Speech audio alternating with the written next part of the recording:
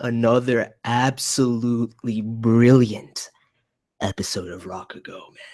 I didn't even anticipate this progression is the thing, because I thought that Yakumo's predicament was going to completely destabilize the scenario right here. And even though the progression, especially with the PV for next week and how I think things are going to be set up in terms of going back and that inspection of the past and its influence, with Higuchi having found this tape of Sukeroku in his prime, which we'll talk about in a second, is going to be very interesting, especially coupled with Yakumo's last lines as he awakens at the end of this episode. And he says, I haven't let go. Then I'm still alive, which I 100% stand by my interpretation of the scene at the end of last episode with Sukeroku and Yakumo and the significance and the symbolism of what he did to them there, basically being like, you're not done yet. Go back. What are you doing here? Right? But this episode, honestly, especially with not, anticipating that, to see it flipped on its head and that scenario becoming a catalyst for my boy Yota to transcend to even greater heights, bro. That INOKORI. Hold on. You know what? This is the most apt line to start with, to be honest with you, because legitimately Higuchi's, description and kind of contextualizing the three forms of expression that he's framing things with as far as Rakugo. We're going to start with the final one, and then I'll go back and talk more at length about, his construction of Yakumo and Sukeroku. But he says the third is Yota's INOKORI. While I was listening, I completely forgot you were there. You were the world of INOKORI itself, free from ego or hunger, a vessel for pure Rakugo. You don't imbue your Rakugo with how you feel, and that is actually a tremendous strength.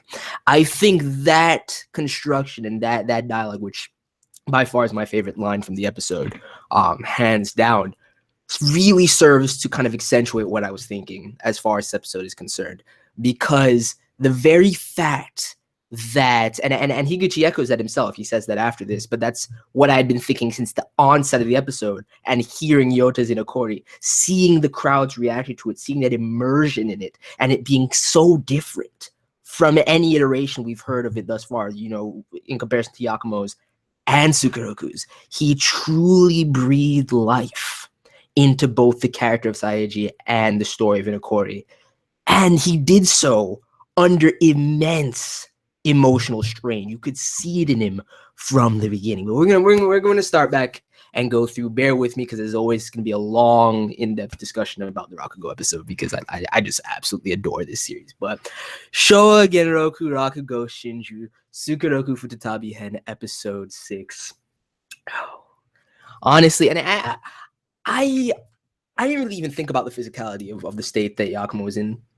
But the very fact that Mangetsu told us that it was a heart attack makes sense to me, especially with the manifestation of symptoms. But nevertheless, let's think about this right now, okay? Because from the very beginning of the episode, and seeing the emotional strain on Yota, because the man always is transparent with his feelings. He can't stifle them, no matter what. That's just who he is. He wears his heart on his sleeve. He's 100% genuine, and he can be kind of, I say this every time, but he can be kind of bumbling. But ultimately, his heart is always laid bare, and that's what makes him such a genuine individual, right?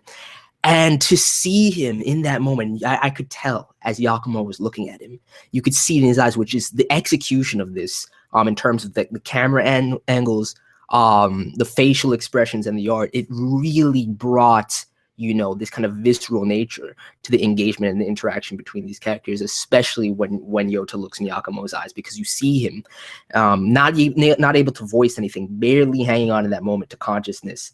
And the look he gives him screams to me that he wants Yota to finish the performance, that he doesn't want it to end like that, right?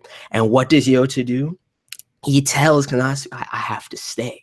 I'm the only one that can do this. And it's not even, even from the association's perspective, I would assume they would want to kind of, stifle a panic from breaking out. But at the same time, it was far more than that for Yota and Yakumo at that stage. And I love the bond and relationship and seeing it continue to, blossom with Konatsu and Yota, because that, that exchange of the "I'm counting on you" as they both part ways. I love that shot tremendously.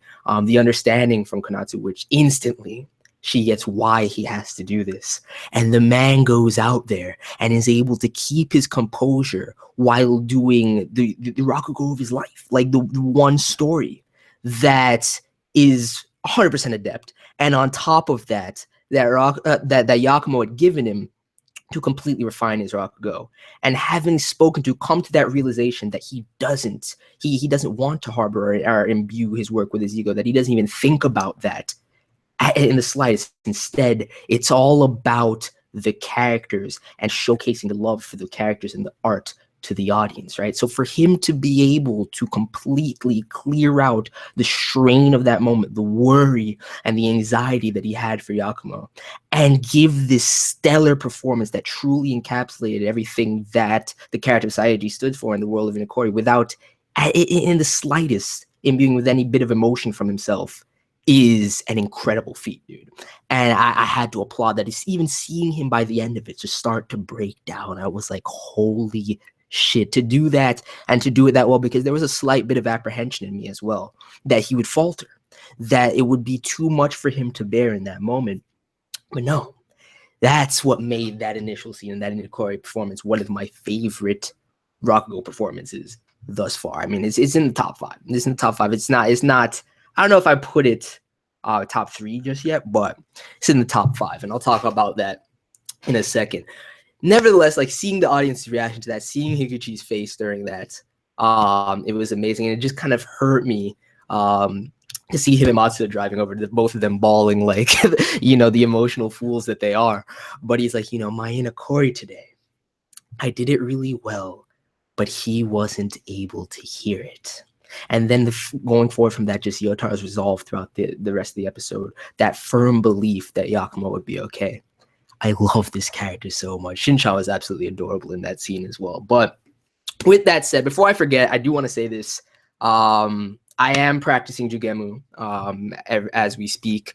Been trying to allot 15 to 20 minutes for it every other day or so. So hopefully I have it fully refined by, I want to say, like episode 10 or 11 of this, and we can do it by the end of the season.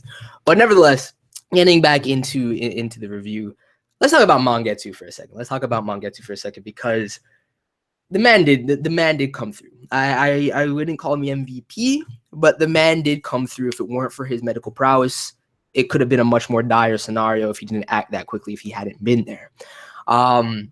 But I love that little slide jab at Konatsu. He's like, "Oh, you finally looked my way." I'm like, is this man serious right now in this state? Like, Konatsu's reaction to that was amazing, right? But he's still a good man at the end of the day. Mangetsu is a really genuine man.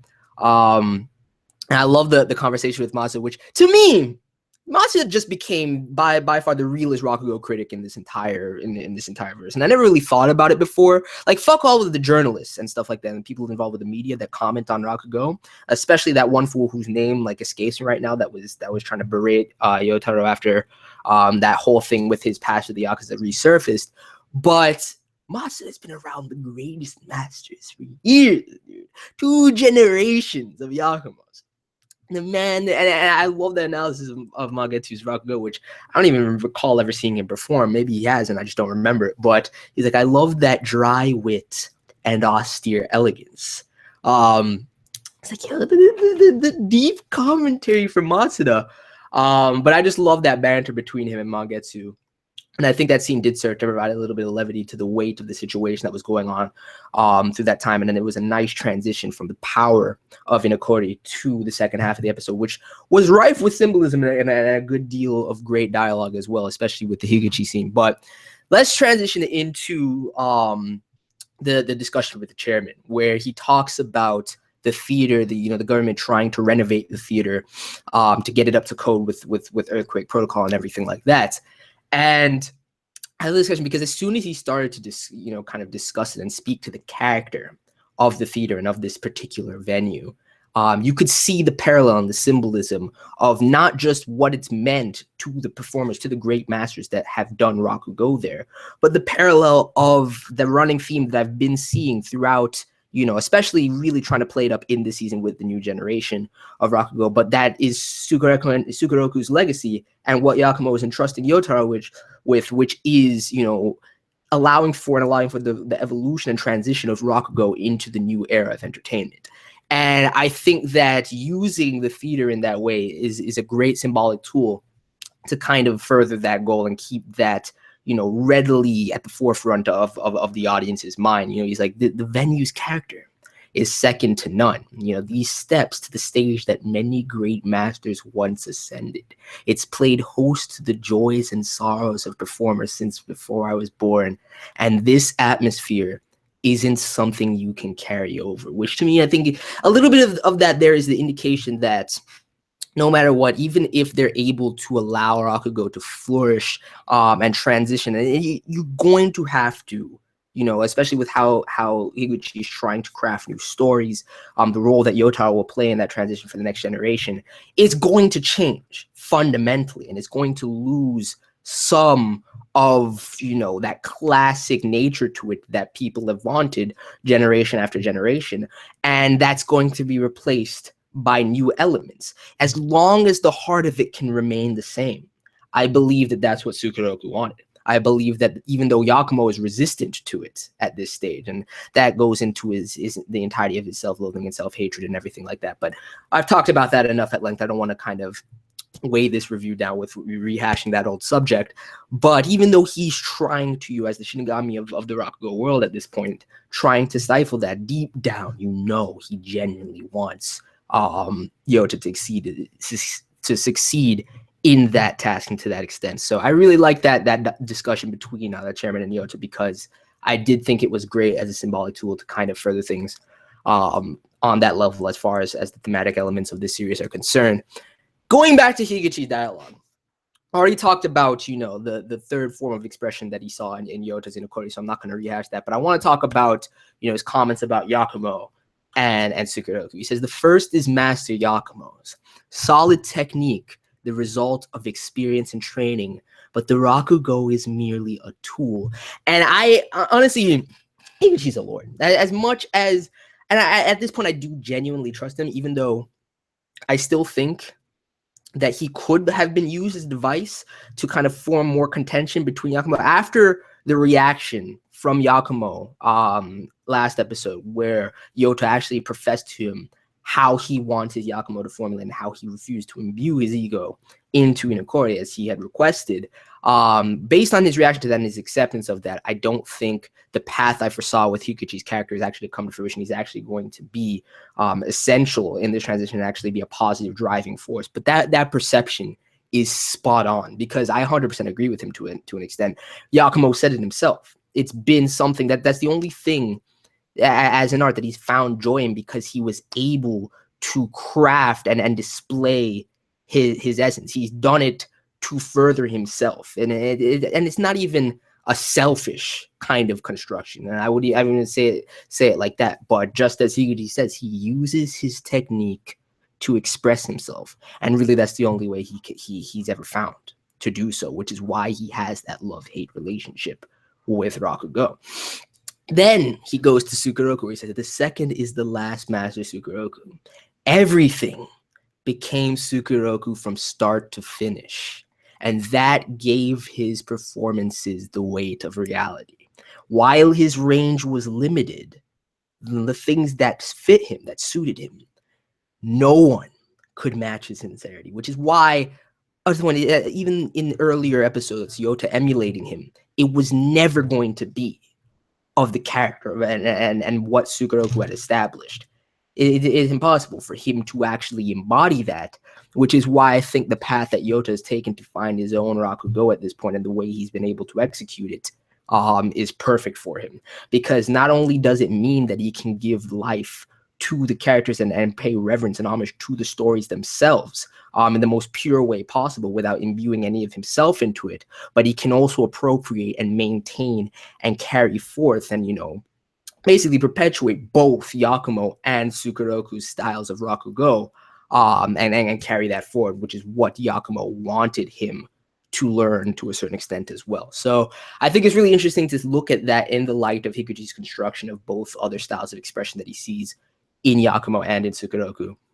And it was really interesting. But I still think the best part of this episode for me is the INOKORI performance and what that means on so many levels, how powerful and incredible that scene was. For various reasons, whether it be, if you want to look at it, just the base performance and what Yoto was able to accomplish, the very fact that he was able to do that under those conditions all the while. Like, even me watching the performance, I'm in the back of my head somewhat worried about Yakumo. So to see that, absolutely incredible. And then there were so many cuts in terms of direction that I love in this episode as well. Especially like one of them, for example, aside from the cuts during the performance, the camera angles, getting those tilts and different perspectives of Yota, really kind of accentuating, you could see in his expressions, accentuating the nerves there in that moment, all because of the weight of the anxiety that was bearing down on him from the situation he was in, but at the same time giving his all to the performance. You could see that kind of dichotomy, and it was incredible. But at the same time, like that shot when Higuchi tells him, we found, Shibahama, the Sukeroku performing Shibahama, which you see in the PV, that they're really going to go down that path, maybe revisit some things with Konatsu's past and kind of build up the dynamic with Yakumo and Konatsu a little bit more. It's going to be interesting, all through the lens of going back to the past and thinking about things through that light. And I'm really interested to hear Yakumo's dialogue next week coming off of this experience that he had. But Yota's reaction, I got a little sidetrack, I digress. Yota's reaction was perfect, and the way that was shot and handled, the direction, the sound direction, everything about it was amazing. Seeing Shinchan by Yakumo's bedside, Matsu's reaction when he saw the tears, like everything about it, just showed, and even the media attention that this situation got. The dialogue that we got from both the chairman and Mangetsu really shows the institution that is Yakumo and what he truly means. And people in the culture and the world of Rakugo as a whole. And then on top of that, to the people in his life and how much they genuinely care about him, which no matter how much he tries to, subjugate them and how much he just tries to downplay that, there's a reason why Sukeroku told him that you shouldn't be here. It's not time for this. You need to get over this shit. I'm sorry. Go back. Because he knows that that's not what he wants. But deep down, there's a portion of Yakumo, whether he's willing to admit it or not, that can't let go of either and genuinely cares about all of them, despite the hatred that he bears for himself, and this burning desire to kind of bring the world of Rakugo, with him to his long-awaited death. The very fact that he says, "I haven't let go," I really can't wait to see how the character moves forward from here, and if it's going to maintain the course that it's been going down, or if there's going to be a shift there to where he can he can resolve himself and find a little bit of peace and closure with everything that transpired in the past. I think Konatsu really is, the piece that allows us to drive to that conclusion, as well as his relationship with Yota. So with all that said, and I've seen it in him, especially with the way he interacts with Shinchan, I've seen it in him. So he can resist that all he wants. But at the end of it, that's not what Sukeroku or Miyakichi would have wanted for him. And then if he can realize that before reuniting with them, that would be powerful. I think that would be a great way, because ultimately, with the passage of time, Yakumo is going to die. It's inevitable. But if we can get to that conclusion for him personally as a character, that would be incredible to me. There's other ways that it can be executed that would be just as strong, but that to me would illustrate a happy ending for me personally. But that's pretty much it. I really don't think I have anything else to say. God damn. And these three forms of Rakugo is crazy well written. First thought that Yota's Rakugo style was turning into storytellers, but I'm happy I was wrong. Exactly. I mean, it's all good. If you guys enjoy the in-depth Rakugo live reviews, I think this is actually I'm not gonna lie, this is the best one I've done, just because I was able to focus my thoughts a lot better than the last couple. I still really like the last couple, but I think I had a clarity about this episode that I didn't have the last 2 weeks, because I was just so flustered by the raw emotion of them. But nevertheless, and especially like in episode 3, that was just overwhelming for me. But I hope you guys enjoyed. Nevertheless, please smash that like button if you enjoyed. I'm going to keep working on Jigemu, and I'll keep you guys posted on that throughout the reviews until we're ready to go with that.